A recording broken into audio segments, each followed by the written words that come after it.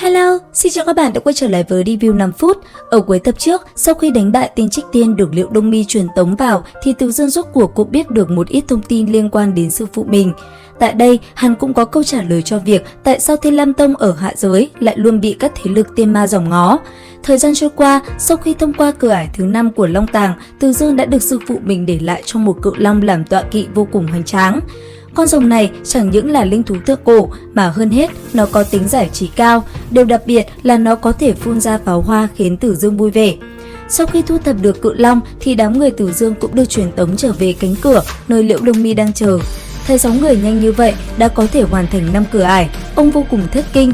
Quả nhiên, 5 khảo hạch này đích thị chỉ để cho bọn họ chơi đùa mà thôi. Khi Từ Dương tiến lại gần, Liễu Đông Mi trước tiên chúc mừng hắn vì các đồ đệ của Từ Dương đã có đột phá.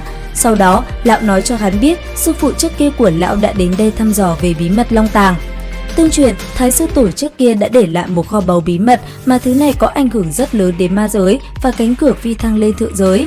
Hơn nữa, thông qua lời của Lạc Nhàn, ông cũng phát hiện ra nơi mà bọn họ đang sống chẳng qua chỉ là một tiểu thế giới mà thôi. Hay nói cách khác, tất cả mọi người đang bị mắc kẹt trong thế giới này. Nói xong, Liễu Đông Mi cầu khẩn nhìn Từ Dương, ông tin rằng hắn nhất định có cách cứu mọi người thoát khỏi nơi này. Trong lúc tất cả đang sâu chuỗi lại những thông tin thu thập được thì ở một nơi khác, Lạc Nhàn sau khi rời đi đã đến gặp một người thần bí. Đây là một tên to cao, sở hữu sức mạnh siêu nhiên, thoạt nhìn bộ dạng gã vô cùng hung dữ. Lúc này, đứng giữa hư không, giọng nói của gã lãnh đạo vang lên. Mau đi nói cho bọn họ biết, ta chiến đấu với những Trích Tiên để thu thập những mảnh vỡ. Hiện tại chính là lúc chúng ta cần hành động rồi. Nghe xong, Lạc Nhàn đồng ý, hắn ta nói sẽ ngay lập tức đi làm công tác chuẩn bị. Trở lại với đám người Từ Dương thì lúc này mọi người đang có mặt ở đại sảnh. Trong lúc hắn đang nhàn nhã ngồi uống trà thì Lạc Nhàn bất ngờ xuất hiện. Tại đây, sau khi chuyển lời hộ gã cao to kia, Từ Dương nghe xong liền không khỏi cảm thán. Thì ra, đây là lý do các người tập hợp một đám Trích Tiên bị trục xuất khỏi thượng giới, ta đại khái cũng đã đoán được mấu chốt vấn đề. Có lẽ tất cả chúng ta thực chất đang mắc kẹt ở trong một tiểu thế giới, mà lúc này nghe xong, Bạch Liên Tuyết ở bên cạnh liền trầm ngâm lên tiếng. Sư tôn à, nếu ta đoán không nhầm thì sư phụ của người rất có thể đang bị lạc đường. Lời này của Bạch Liên Tuyết rõ ràng khiến Từ Dương đăm chiêu suy nghĩ, chẳng phải hắn cũng là một tên mù đường hay sao? Trong khi đó, vì để tìm cách thoát ra khỏi tiểu thế giới này thì Độc Cô Đình Phong và Tuệ Tâm vô cùng chăm chỉ. Lúc này, bọn họ có mặt ở đại sảnh và cùng nhau chiến đấu. Thông qua giao chiến, cả hai không ngừng nâng cao thực lực của mình. Ở phía không xa, Khổng Viên cũng đứng quan sát hai người, thế nhưng mục đích chính của cô nàng là cổ vũ cho Độc Cô Đình Phong. Không ngờ, sau khi vượt qua 5 cửa ải Long Tàng, tất cả bọn họ đều có tiến bộ về mặt thực lực.